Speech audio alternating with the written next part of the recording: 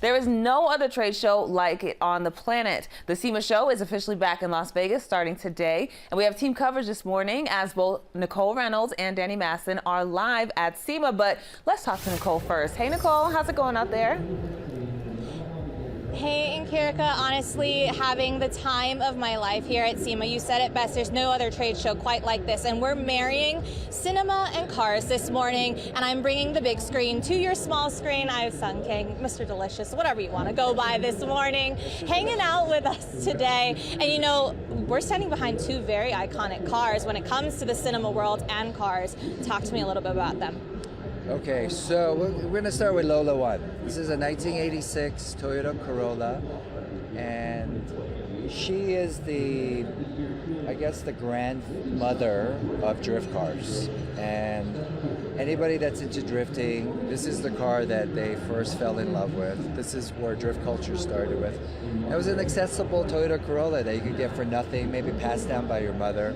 And so she's actually the star of the movie, the movie Drifter, that I just directed and I'm also in. It's a passion project of mine. It's a love letter to the car community.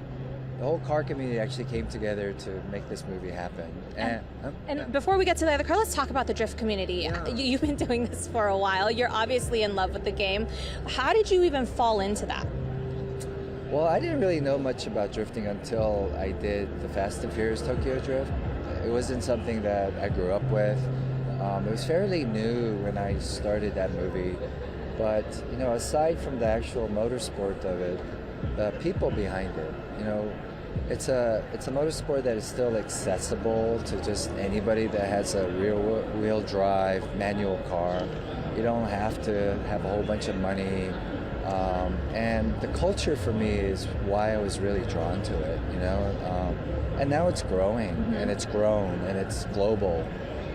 But you know, anyone that gets involved or starts to go to the drift events, you know, they're instantly welcome, right? Because we realize in the drift culture we all need each other, you know. And I think it's a beautiful thing today in a world that has so many divisive issues, and you're focused on the differences.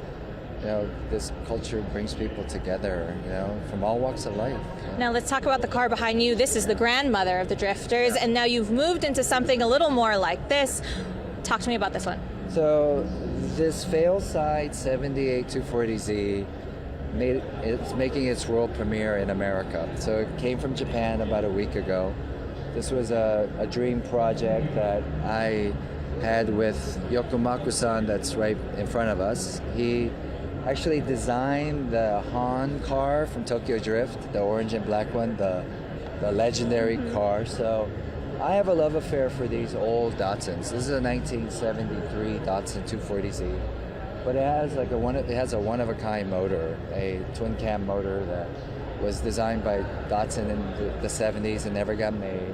But you know, it really is, like, to me, representation of everything that I love about car culture.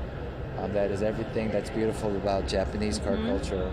And a true collaboration. So it was exciting because I got to drive it from LA to Las Vegas, which is very rare for SEMA cars. And you're bringing that love of the game back to the big screen with your new movie Drifter. That's coming out next year to a theater near you. You're going to want to check it out online once you can find that theater, because it's going to be exciting to see you back on the big screen doing what you love, talking about what you love. Thank you for hanging out with us this morning. SEMA happening all week long. He's doing Q&A, so you're not going to want to miss out if you're here at SEMA this week. And Kirika, I'll send it back to you in the studio.